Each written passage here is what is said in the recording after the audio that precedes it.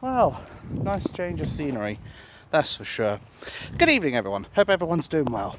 See this lovely stuff down here? Yes, lovely, isn't it? Touching grass. Anyway, enough about that. There is something else that needs to be discussed, and that is the inquiry. And I'm talking about the all-important one, the national one, the one that is investigating the R gangs. You know, the ones that are predominantly committed by people from a certain country beginning with P and ending in I. So I know that's the people. Ending in N. Stan at the end. I think you know which one I mean. That country in the Middle East. Yeah, that one. Because obviously, it's no secret that a lot of our women and children have been attacked by these so-called people. Well, I say people very loosely. I think the more accurate term is barbarians, cavemen, primitives maybe. Because there is something that scares me about this inquiry. And you know what that is? I think Keir the traitor Starmer will do everything he can to admit as much of the truth as possible. Because if we wanted the truth from Keir the traitor Starmer, he's about as reliable as a chocolate fireguard. Who said I ate the other Ted? Shut up, you. Fucking hell. I'm not that bad, am I? But again, truth be told, if we wanted the truth from Starmer, we've got two hopes of that. No Hope and Bob Hope. And Labour aren't exactly the paragons of truth either, when you have people like Rachel Reeves. Or maybe I was right first time. The girl who lied on a CV and then ended up in a position where she's the Chancellor of the Exchequer. Or what about Jess Phillips, who has said, I won't just stab you in the back, I will stab you in the front as well. There are so many lying sacks of shit in the houses of treachery, Parliament, because of the Labour Party, that it almost surprises me that that thing could actually stand for any kind of truth. I'd sooner expect somebody to actually fully enact Guy Fawkes and actually blow up the houses of treachery, quite frankly. But I know Tommy is going to mention about this, if he hasn't already. But effectively, I think what they're going to try and do is they're going to try and change history. Because after all, history isn't written by the dead. History is written by the winners. History is written by those who are still alive. And as I said, as far as honesty is concerned, Keir the traitor Starmer is about as reliable for truth as a fireguard of chocolate is for protecting us from fire. I have absolutely no doubt in my mind he will omit some facts in that inquiry, or it will be so watered down you'd almost think you were drinking nothing but a glass of water when you were promised a nice bottle of whiskey.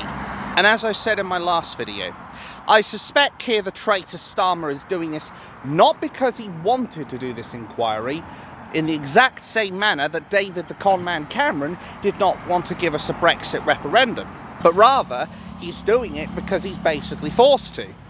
He's doing it because he knows full well that shit's gonna hit the fan, just like that, if he doesn't. And to be fair, it still could.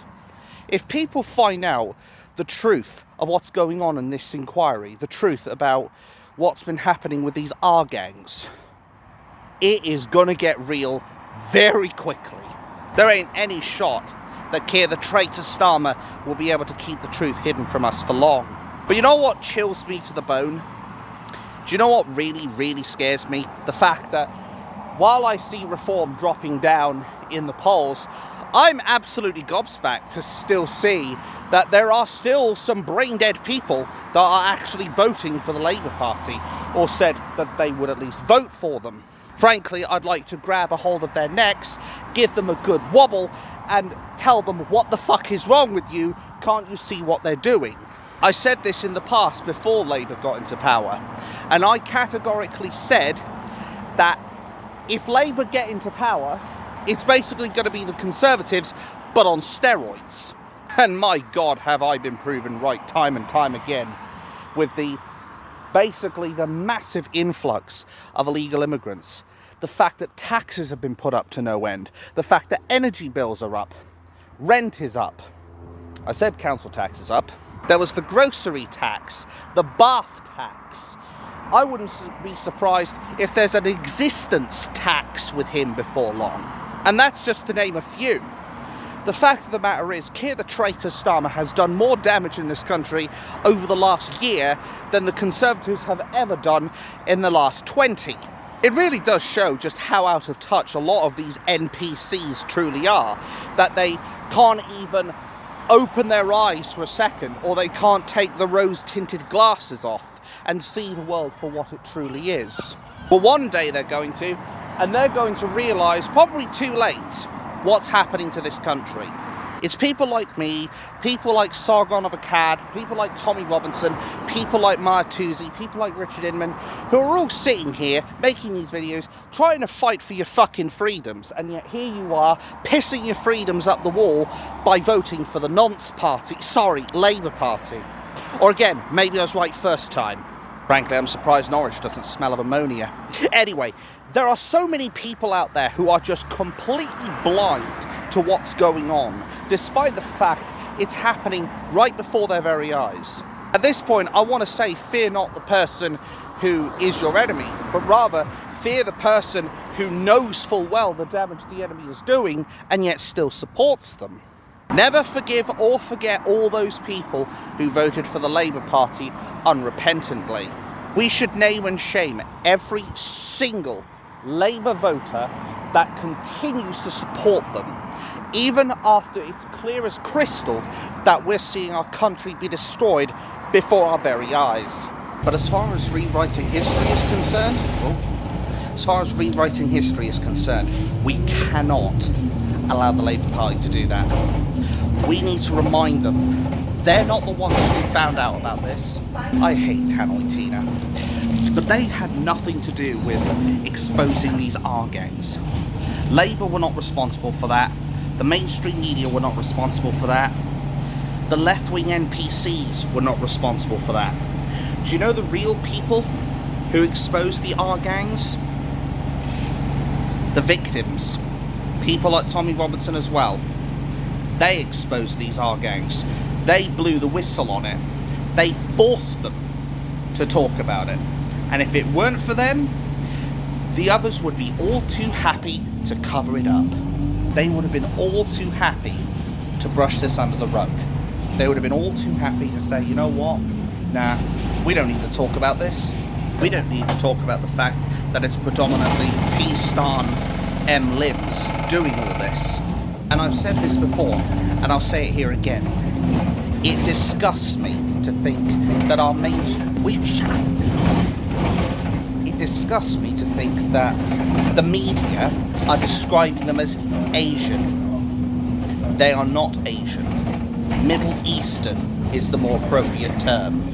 As said, to imply Asian would imply the Japanese, the Chinese.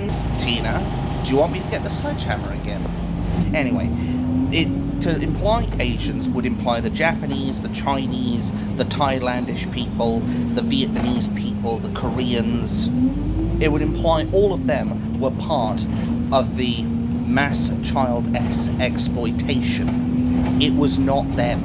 I mean, granted, you might find the odd person from Asia that might have done something like this, but I can assure you it wasn't majorly them. I think they would be highly insulted to basically be implied to be the majority of all these cases. They are not responsible for all of them. The ones responsible, as said, are from the Middle East. Mainly from the country beginning with P, ends in N. But we won't ever hear the media or Keir the traitor Starmer say that. They'll be more interested in saying that diversity is our biggest strength when all it has done is divide the country. I would argue this is probably one of the most important subjects of this country. Keir the traitor Starmer could at least salvage some points here, if nothing else. I mean, a lot of the people would still hate him, but at least he could have scavenged some bit of self-respect and a little bit of respect from the people if he actually took this whole R-gang inquiry seriously. But trying to get honesty from Keir the traitor Starmer is like trying to get blood from a stone. Though I'll tell you, a stone did get blood from me one time when it decided to jam itself in the centre of my foot. Anyway, the fact is, Keir the traitor Starmer isn't going to tell us the truth. I'm almost certain of that. Thank you. I think it goes without saying, there's no equivocations about it whatsoever. Keir the traitor Starmer is always going to be known in history as the world's worst Prime Minister for the next 1,000 years, quite frankly. This man has done just about anything he can wrong. Well, yeah, that's it. He has basically done anything that physically is possible for him to get wrong. He's done it all completely fucking wrong. When I look at Keir the traitor Starmer, I don't see a leader of men, I see a snivelling shitweasel. Like, as far as all those little girls being absolutely abused by grown and even in some cases elderly men from the so-called religion of peace. These governments, because I don't just put the blame on Keir the traitor Starmer, because obviously this has been going on for the last 30, 40 years, but Keir the traitor Starmer is our current Prime Minister, and this inquiry is going to fall squarely on him. It is down to him to deliver what the people want. And I'm not going to beat about the bush. I think Keir the traitor Starmer is going to choose to protect the R's of the religion of peace. He's going to do everything he can to try and make them look like victims, or at least that wouldn't surprise me. I mean, think about it. He even categorically went out of his way to say on one of his first speeches, and I quote, "I will do everything I can to protect the Emlyn community," end quote. But of course the mainstream media won't tell you this. You know the drill, folks, because say it with me, it doesn't suit the narrative. So please forgive me if I don't suddenly pucker up to Keir the traitor Starmer and want to kiss his ring piece. The only way I'd want to kiss that man is with a fucking baseball bat, quite frankly. And let me just be clear, I'm not actually going to go and do that. But if I was to go and kiss him, that would be the only way I'd even remotely consider it. Forget a fucking home run, I've just won the whole tournament with that one. Who said more like sank the stadium? Shut up, you. I'm not that heavy. Fucking hell. Anyway, the fact of the matter is, Keir the traitor Starmer won't do a damn thing that's beneficial to the United Kingdom. And do you know what's truly ironic? Do you know what is really, really ironic for the left-wing NPCs out there who think themselves as holier than thou, sitting on their little pedestal thinking they're king shit of Turd Mountain? Do you know what's really sad?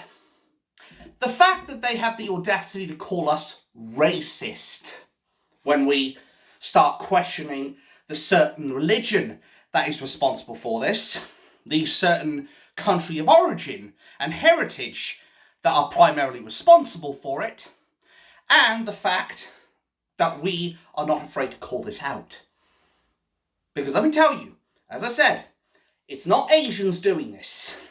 In fact, ironically, by them saying it's mostly Asians, they're the ones being racist, ironically. So, just by saying that alone, they've debunked their argument of us being racist. Just like that. It is mainly those people from Peace-stan, from the so-called religion of peace, that are predominantly responsible. Not the Koreans, not the Chinese, not the Vietnamese, not the Thailandese, not the Japanese. It is mainly the people in the Middle East, primarily in their third world shitholes. It has nothing at all to do with the Asian community. And as said, to imply that, the ones on the left are the ones being genuinely racist. I would like someone to name me one person that has categorically said, as far as us far-right people, according to them, are concerned, I want them to name one person that said it's the Asian community. And I'll sit here waiting for as long as it takes. Do you want a spoiler? No one's ever fucking said that.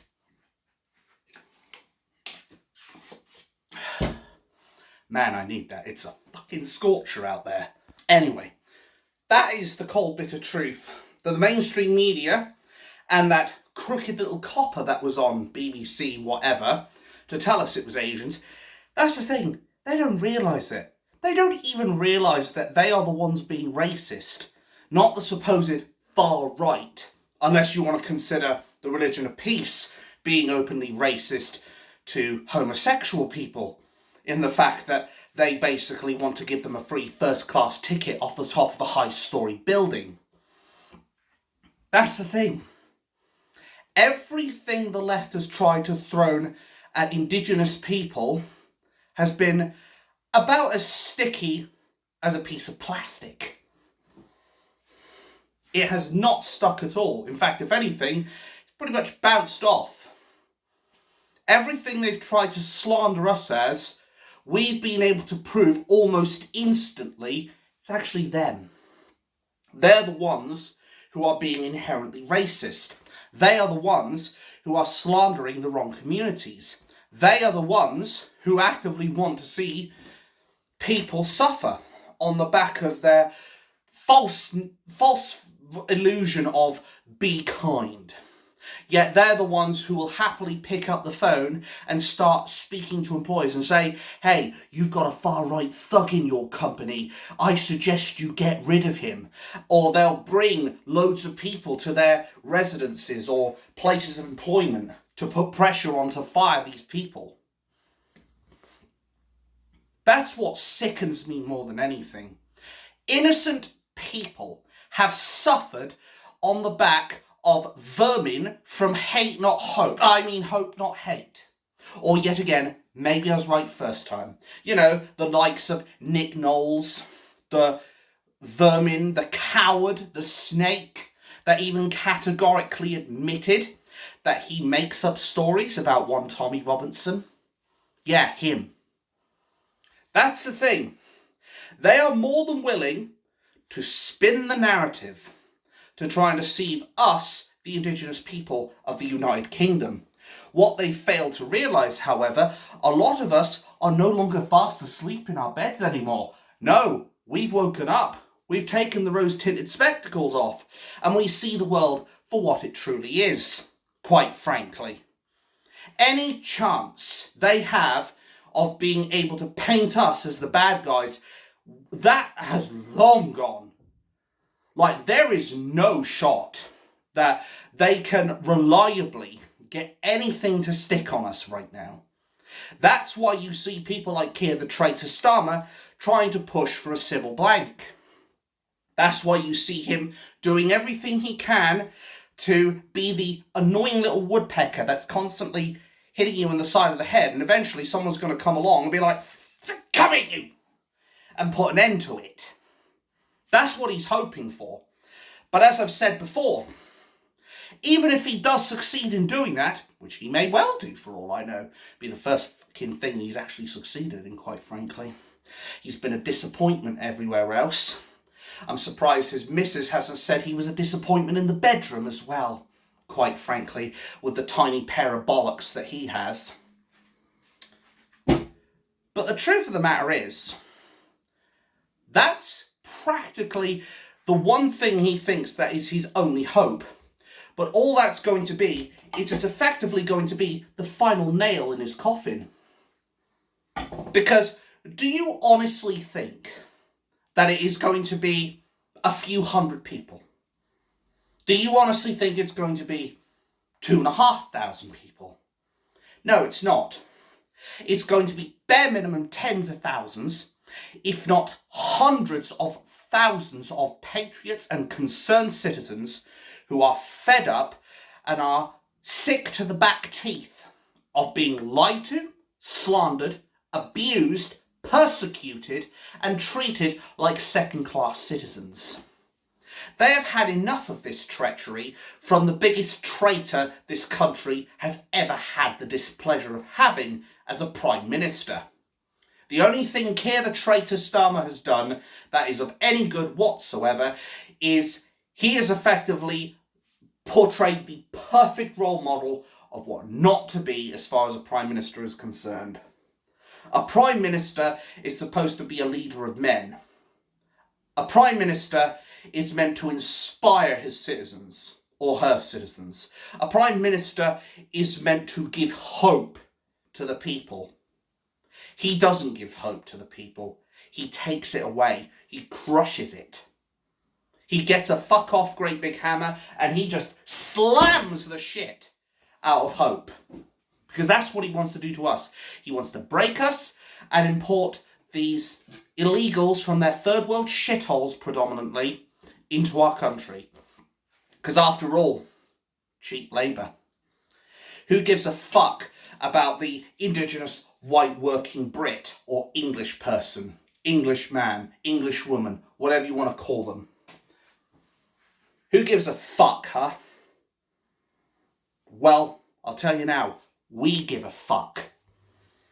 If we actually took the time and the liberty to train our people up, stop this lazy culture that we have, if we actually got people to get off their asses, get down to the job centre or go to school or university or whatever and learn some new skills, get some qualifications, clue themselves in the fucking construction trade for all I know. If we did that, we wouldn't need to import illegals as we'd be fully self-servient. We would be able to sustain ourselves rather than have to import the third world in the hopes that none of these guys are going to end up being jihadists and end up doing damage to us.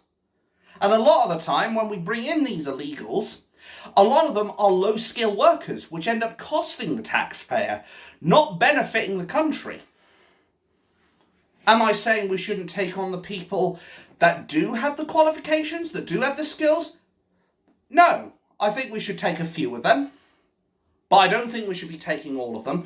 And frankly, to get us into even a remotely suitable position, we're probably going to end up having to deport some of these people. That's the cold, bitter truth. Right now, this country is dying. This country is sinking. It is on life support. And it is all because of treacherous governments like the Conservatives and like Labour Party, in particular this one led by Keir the traitor Starmer. That's why we're in this mess in the first place.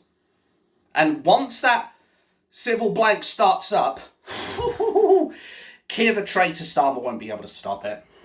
And let me be clear, I don't want it. I won't advocate for or condone it. But I will completely understand if people realise they've had enough and they want to follow the same example as the people in Ballymena. That's the thing. People are not this, how do I put it? We're not eager for blood. We're not sitting here vying for Keir the traitor Starmer's blood in a literal sense. There may be some that are, but I don't know who they are and I don't advocate for it. But the truth is, there are people that are vying for his blood right now, that want him out of office. We all want him out of office.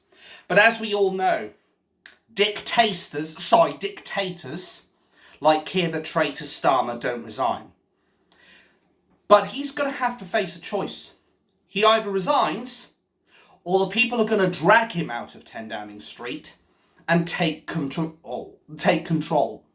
Couldn't even get the words out. That's the thing. They've had enough. They don't want to put up with this. They don't trust Keir the traitor Starmer to run on the spot, let alone run the fucking country. The bottom line is, a lot of us are very sceptical of Keir the traitor Starmer, quite rightly so, for all the backstabbing and the blood on his hands.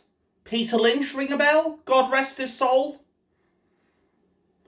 The only thing I could damn it, stroke number one. The only thing I'd trust him to do is stab us in the back. And I was so close to ending it stroke 3. Oh well, it happens to the best of us. He's having a stroke! Anyway, a lot of us don't trust him. We don't believe that he is going to give us the full details or the full truth on this, or it's going to be watered down so badly that they basically try to rewrite history. Don't let it happen. We must never, never, never, ever let them forget what they've done. Never. I cannot stress that enough. The governments of the last 30 to 40 years have some serious questions to answer. They have got a lot of answering to do to the English people. They have got a lot to pay for what they've done to this country, for what they've done to protect the religion of peace from prosecution. They decided to side with the Arists. They decided to side with the criminals rather than the children.